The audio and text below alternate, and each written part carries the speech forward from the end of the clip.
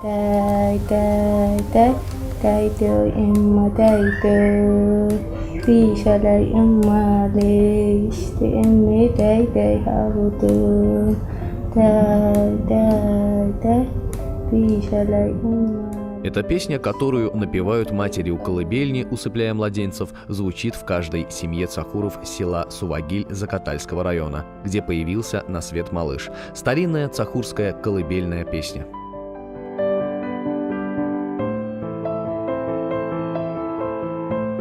Из поколения в поколение этот народ, являющийся одним из 26 племен древней Кавказской Албании и известный в исторических источниках как Ихбы, говорил на своем языке многие века и сумел сохранить его до наших дней.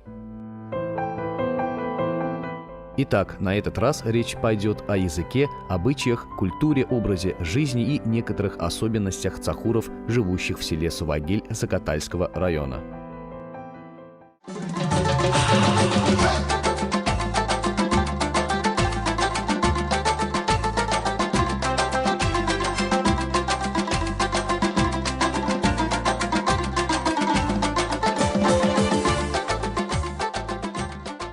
Сначала поговорим о языке цахуров, который они пронесли и сохранили через века до наших дней. В нем немало слов, заимствованных у других народов. Отдельные выражения сближают его и с азербайджанским. От других языков цахурский отличается не только лексикой, но и произношением. Bu dilde işledilen sözlerin Слова, употребляемые на этом языке, во многом схожи со словами азербайджанского языка. Если вслушаться, то можно заметить разницу. Слова цахурского языка звучат несколько жестче, чем на азербайджанском.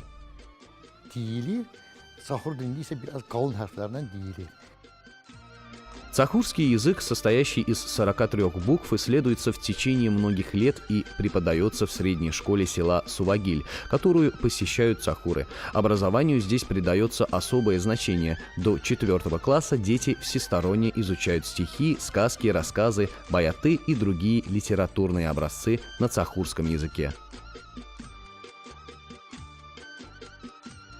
Şagirler evde.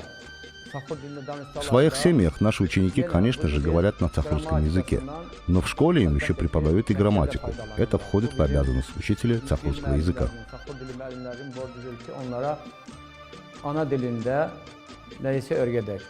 Что же касается того, какими материалами в основном пользуются школьники для получения разносторонней информации о цахурском языке, то дети пользуются журналами и различными словарями. У нас есть писатели, произведения которых стихи, рассказы, сказки. Мы используем их на наших уроках. Дети цахуры, живущие в Сувагиле, изучают свой язык не только в школе, но и в семье со старшими. Цахуры – люди весьма привязанные к своему языку. Пожилые представители этого народа, живущего в Сувагиле, не откажут себе в удовольствии собрать вокруг себя внуков и соседских детей, чтобы поведать им об очередном литературном образце устного народного творчества цахуров.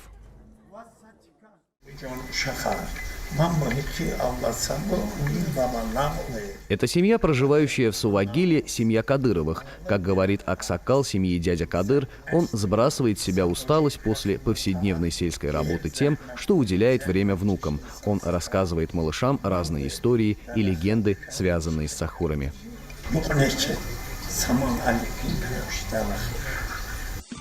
Хотя азербайджанский и цахурский языки и отличаются друг от друга, духовные нити, связывающие людей, очень сблизили отношения между двумя народами. Действительно, сегодня и азербайджанцы, и цахуры, живущие в Сувагиле, могут общаться на обоих языках.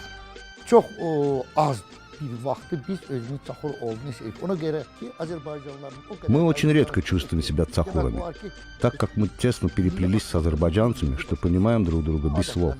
Все наши обычаи и традиции одинаковы. Мы так тесно переплелись друг с другом, что брачные узы между азербайджанцами и цахурами стали обычным делом.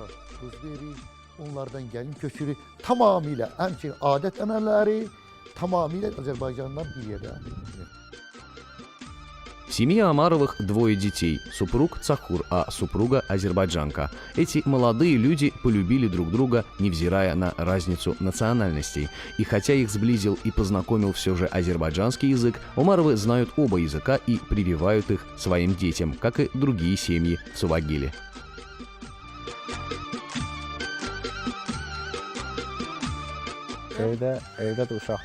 Дома мы говорим с детьми в основном на азербайджанском языке, но цахурский язык они тоже неплохо знают. С той поры, как я приехала сюда, пару лет я чувствовала себя немного чужой из-за незнания языка. А сейчас я знаю цахурский лучше, чем они сами. Интересно также, что разные обычаи двух народов прекрасно сошлись на одной свадьбе. Омаровы так вспоминают этот эпизод.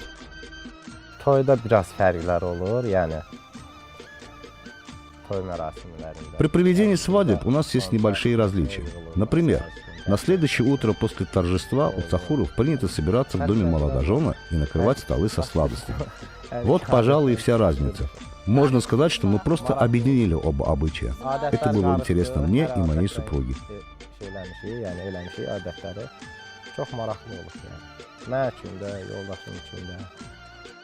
Эти молодые люди, в семье которых мы были гостями, говорят, что они очень счастливы и всегда бывают вместе, как на торжествах, так и в дни траура.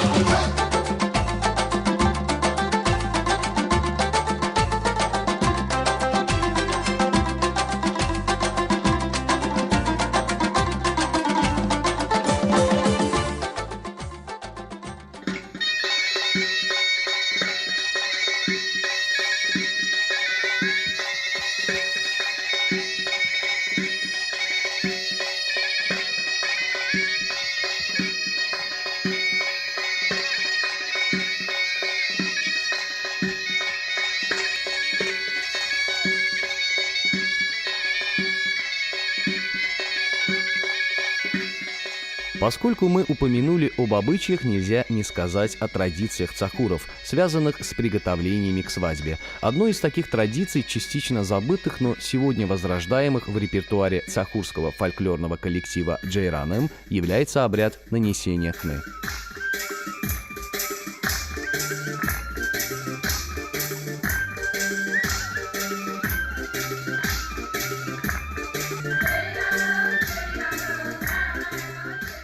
Toydan əvvəl, gəlin evdən, atı evindən köçüncə əvvəl, до свадьбы, пока еще невеста не переехала из отцовского дома, проводится собрание, на котором читают цахурские баяты и поют цахурские песни. 2-3-4 dənə musiqi dəyişilir orada. O da sırf çaxırlar aid musiqilərdir.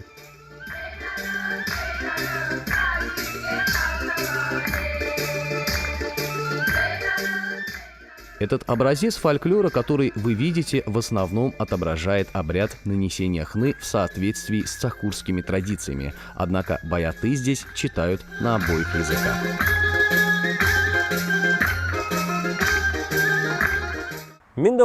Цахурский фольклорный коллектив «Джейраным» начал свое творчество в 1973 году и был удостоен звания народного коллектива в 1994.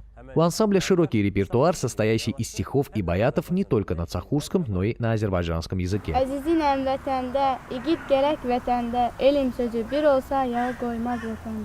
Yanakları çilli kız, baş yaylığı güllü kız, oğlanlar senden kaçar, olma belə dilli kız. İleylığın manatpı, işti kulen kanatpı, ne Allah'ın etkin, turspı dehan хлебки. В цахурском фольклоре существуют также баяты на азербайджанском языке. Вот что по этому поводу говорит руководитель группы Кадыр Курбанов. Мы живем в Азербайджане. Азербайджан – наш дом. В Закаталах живет более 20 народностей. Поэтому мы выступаем на разных языках. Поскольку Азербайджан наш общий дом, мы берем разный репертуар, чтобы каждый понял нас.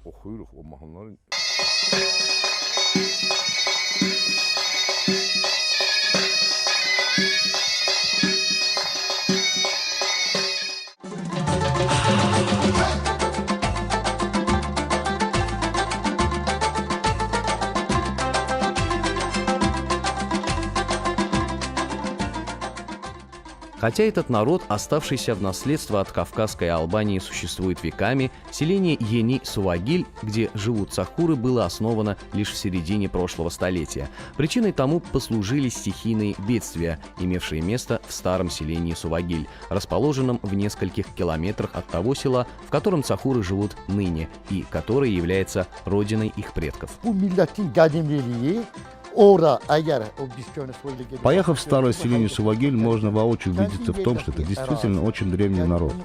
Если мы сравним площадь этого селения с площадью древнего кладбища, относящегося к нему, мы ощутим, насколько далеко вглубь веков идут корни. Дело в том, что площадь тамошнего кладбища гораздо больше площади самого села.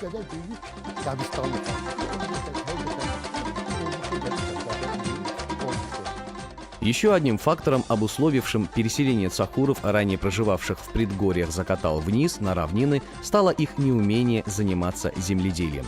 Цахуры в основном занимались животноводством, в частности, разведением овец. В советскую эпоху проводились разные соревнования по многим отраслям сельского хозяйства, и одним из таких было соревнование по стрижке овец. Цахуров, имевших огромный опыт в овцеводстве, специально приглашали на такие соревнования. Любопытно, что на этих соревнованиях цахуров представляли женщины.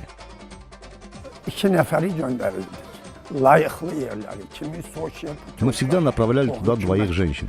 Они занимали достойные места. Кто-то из них выиграл путевку в Сочи, а кто-то дорогие часы и различные подарки. Я гордился ими тогда, горжусь ими и сегодня.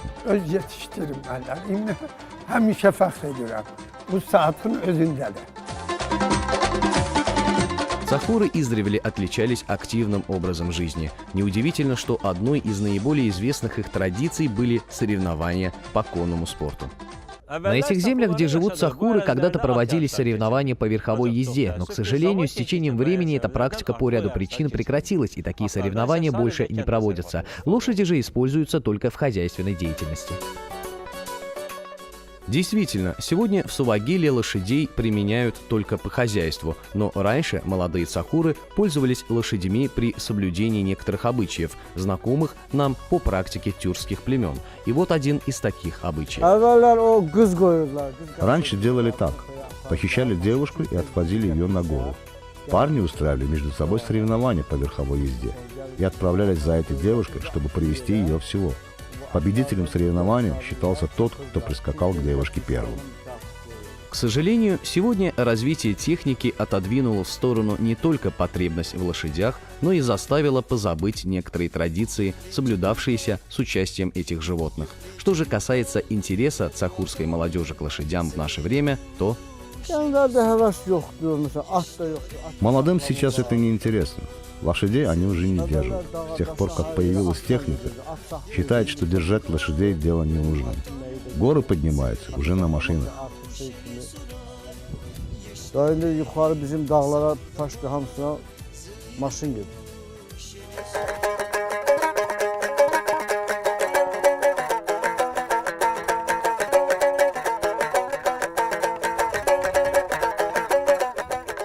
В Азербайджане вряд ли сыскать того, кто не узнал бы звучание этого музыкального инструмента. Да, это звучит двухструнный тампур.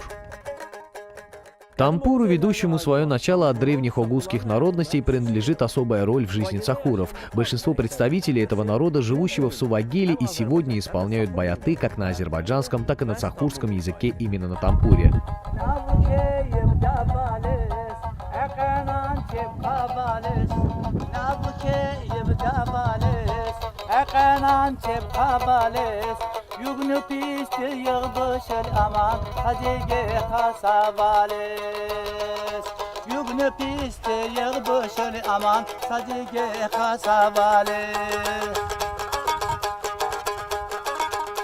Azizim olmayaydı, sarılıp solmayaydı. Azizim olmayaydı, sarılıp solmayaydı. Ölüm Allah işidir aman, ayrılık olmayaydı. Ölüm Allah işidir aman, ayrılık olmayaydı. Bizdə bu tambur aləti, yəni özdən sizə də məlum olar ki, çox belə Тампур играет особую роль в жизни цахуров с древнейших времен. В те далекие эпохи на тампуре не играли на свадьбах или на других торжествах. Тогда его использовали лишь во время присвадебных мероприятий. За 1 или 2 дня до свадьбы девушки выходили из отцовского дома, например, к дяде или к тете, которые организовывали угощение. И во время этого угощения девушки и парни пели, соревнуясь друг с другом под аккомпанемент тампура. Belə değişmələr bir-birlərinin aralarında olub. Oğlanlarla qızlar arasında cavanlar dəyişiblər. Tambur çalan 5 parmaq, 5'i də qızıl barmaq. Tambur çalan 5 parmaq, 5'i də qızıl barmaq. Hər kəsin işi deyil, tambur çalıb oxumaq. Цахуры, принявшие исламскую веру много столетий тому назад и живущие по законам этой религии, и сегодня привязаны к своему прошлому. И сегодня они сохраняют свой язык, развивают и приумножают свои традиции и обычаи, свою самобытную культуру и образ жизни.